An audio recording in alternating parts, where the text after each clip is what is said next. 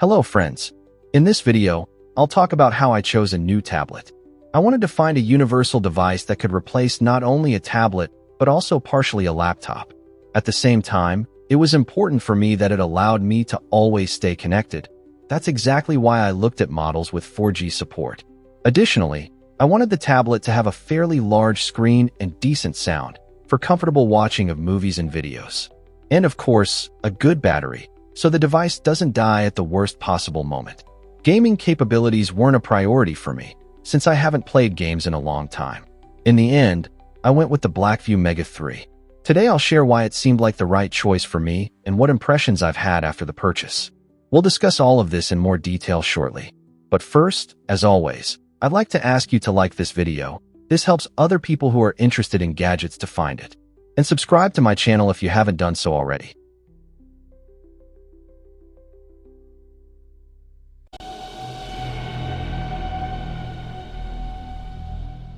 Screen, 12.1-inch IPS, resolution 2560 by 1600.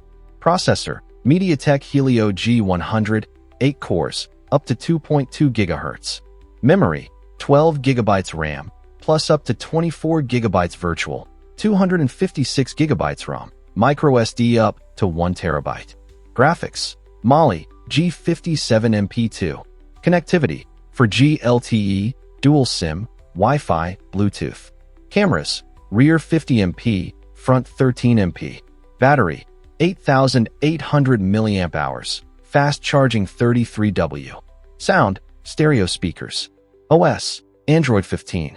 Dimensions, 278.5 by 180.5 by 7.4 millimeters. Weight, 555 g. Here I want to highlight one important point. By default, the store indicates a package value of about $40.50 on the invoice. Naturally, this could raise questions at customs, since the price clearly doesn't match the contents.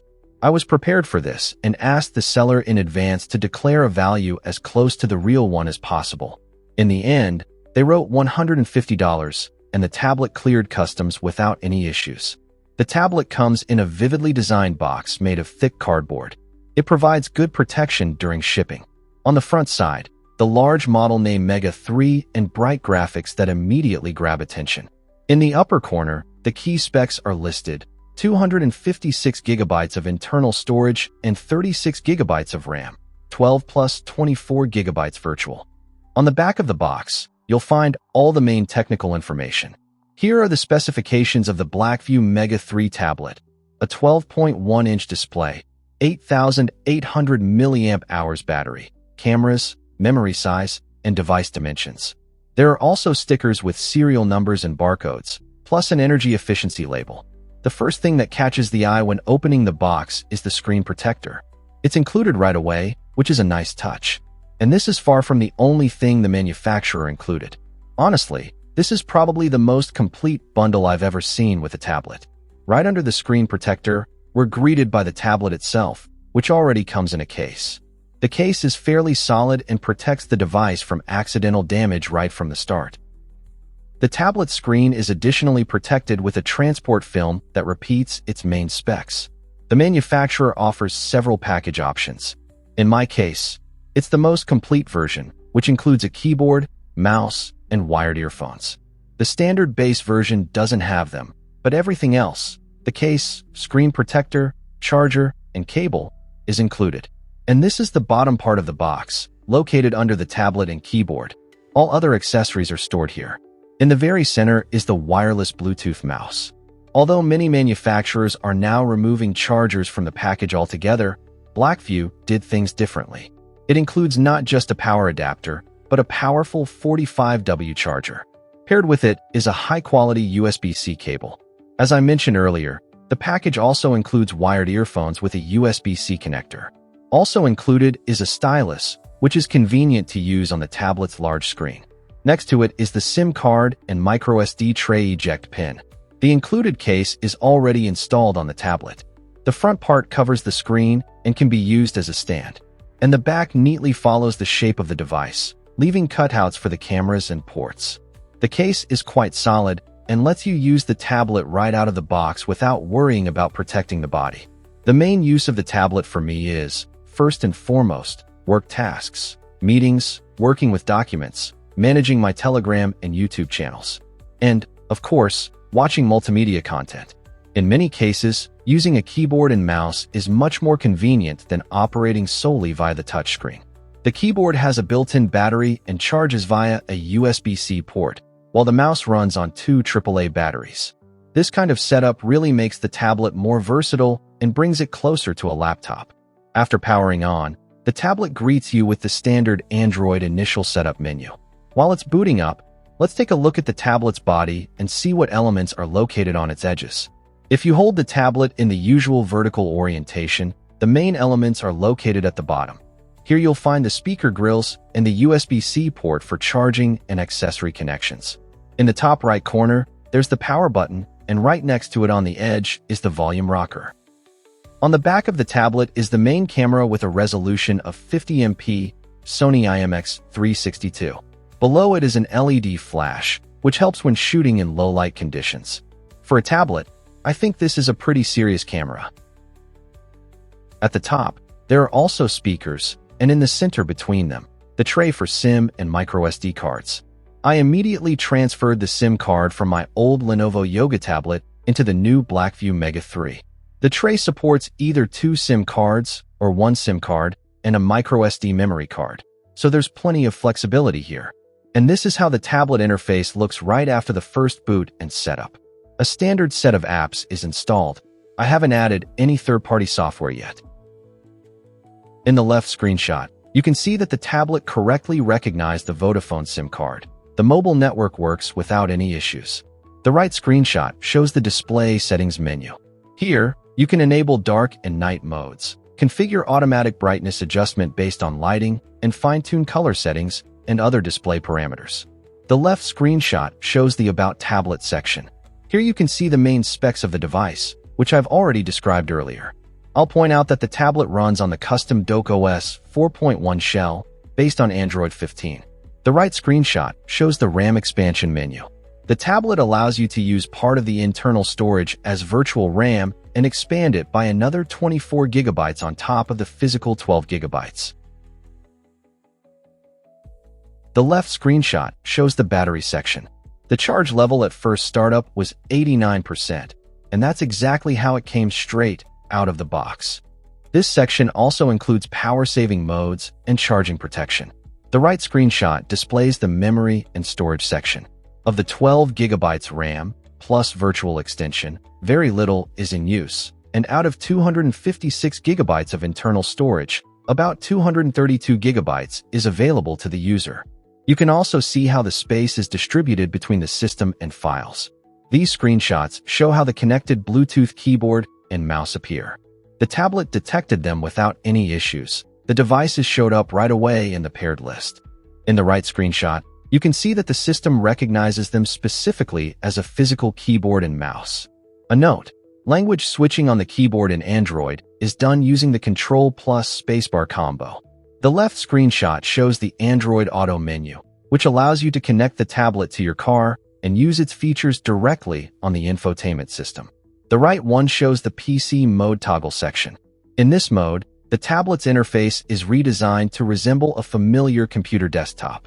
And this is what the tablet interface looks like in PC mode. All apps open in separate windows, which you can freely move and resize, just like on a regular computer. A familiar taskbar with shortcuts and notifications appears at the bottom, making work much more convenient, especially when using a keyboard and mouse. Here we see the My Device tab in Geekbench. It displays the specs of the Blackview MEGA 3 tablet: processor, screen, memory, battery, and so on.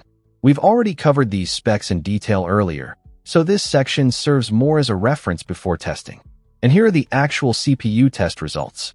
In single-core mode, the tablet scored 724 points, and in multi-core, 1971 points. These numbers confirm that the Helio G100 handles everyday tasks just fine, though when it comes to heavy computing and gaming, it's not a match for flagship devices. This is the result of the GPU benchmark. The tablet scored 1294 points in OpenCL, which once again shows that this model wasn't designed for modern heavy games.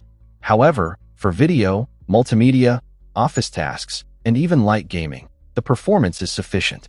Here it's clear that the Blackview MEGA 3 significantly lags behind top models like the Samsung Galaxy S24 Ultra or Z Fold.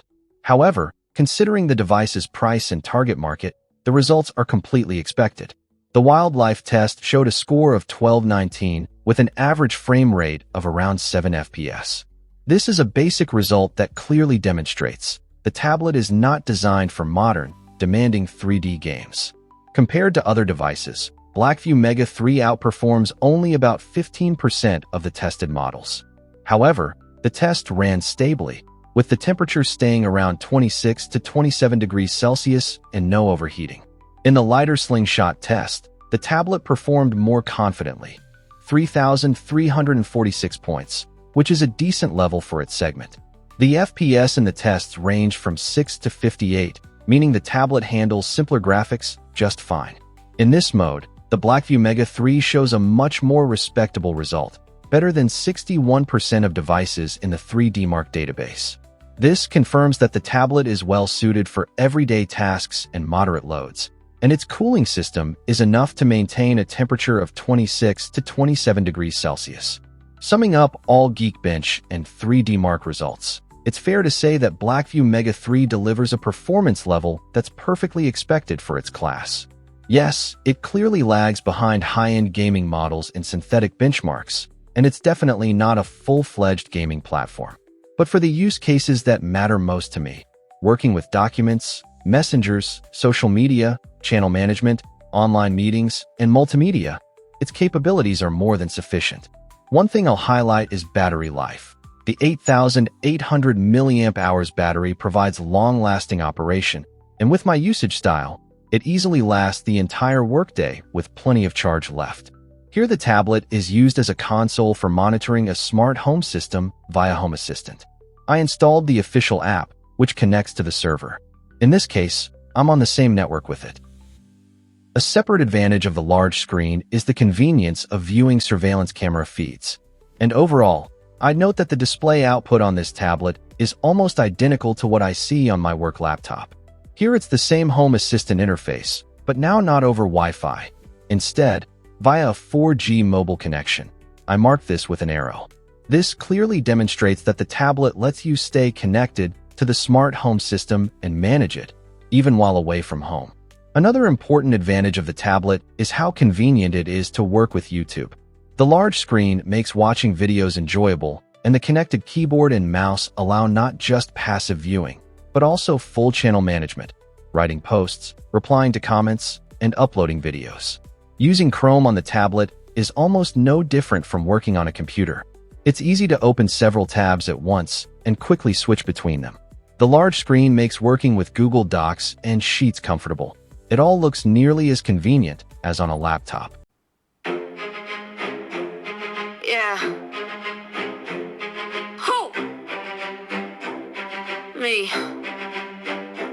Every time the fire starts, they point. I would absolutely give you the moon, but it's not mine to give. I would plant flowers on your pillow, but that's not where flowers want to live. I would learn to speak to birds, and the wind keeps circling in silence. The light's too bright to reach my memory.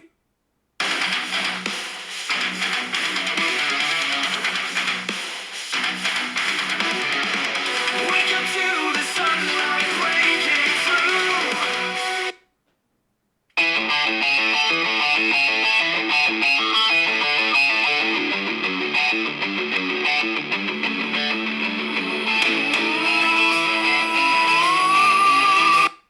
The tablet's sound quality was a pleasant surprise. The speakers deliver quite loud and rich sound with no distortion, more than sufficient for movies, music, and online meetings.